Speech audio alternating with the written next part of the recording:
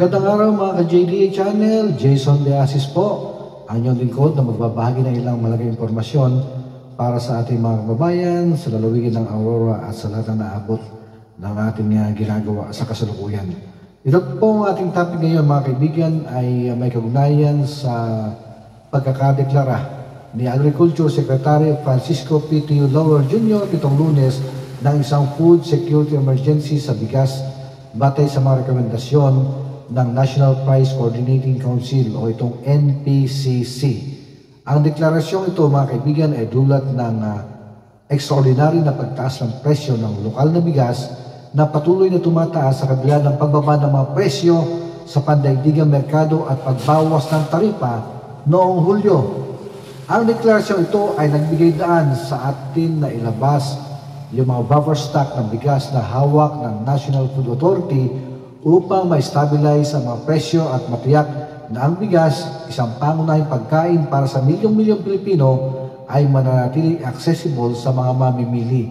Yan po yung naging paliwanag po ni Secretary Teo Laurel na nagbigay linaw sa dahilan ng paglabas ng Department Circular number 03. Ang desisyon ay kasunod ng pagtukoy ng NPCC na pinamumunuan ni Trade and Industry Secretary Maria Cristina Roque na kahit na ang mga pandaigdigang presyo ng bigas ay bumaba at ang Pangulong Ferdinand Marcos Jr.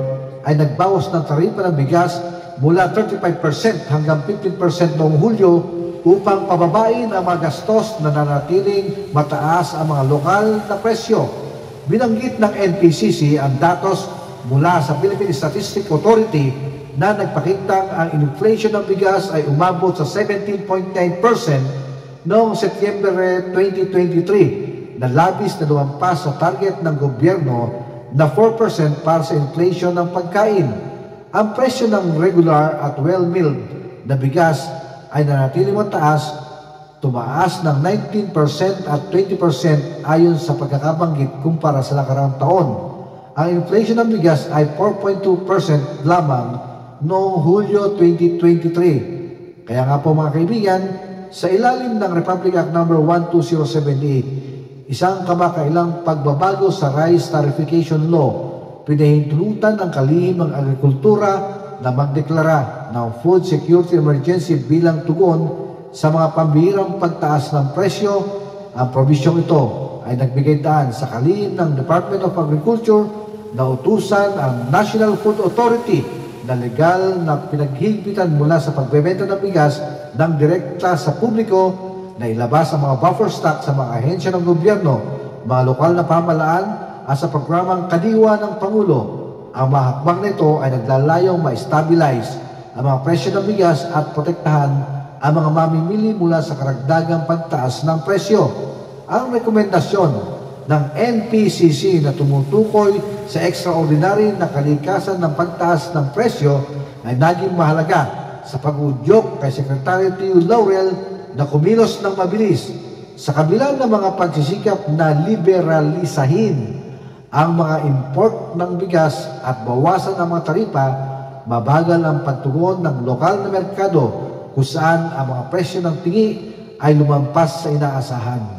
Ang ganitong volatility ay nagdulot ng hirap sa maraming Pilipino, lalo na sa mga nasa mababang antas ng kita na nahihirapang makabili ng bigas.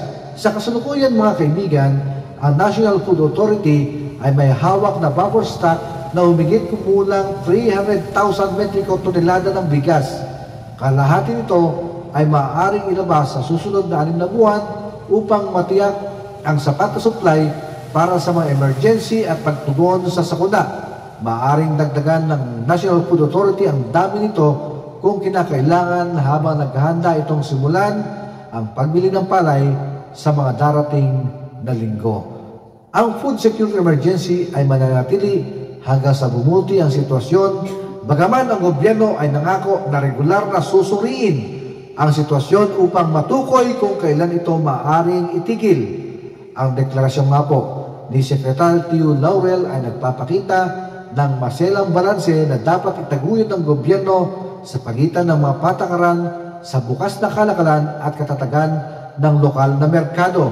Sa kabila ng mga hamon ang kanyang mabilis na aksyon at dedikasyon mga kaibigan sa pagtiyak ng abot kayang akses sa bigas para sa lahat ng mamimili ay isang patuloy ng kanyang malasakit sa kapakanan ng mga Pilipino. At yan po yung ating binabahagi ngayong araw na ito. Ito po muli, Jason De Asis sa JDA Channel, Ugaling Tumutok.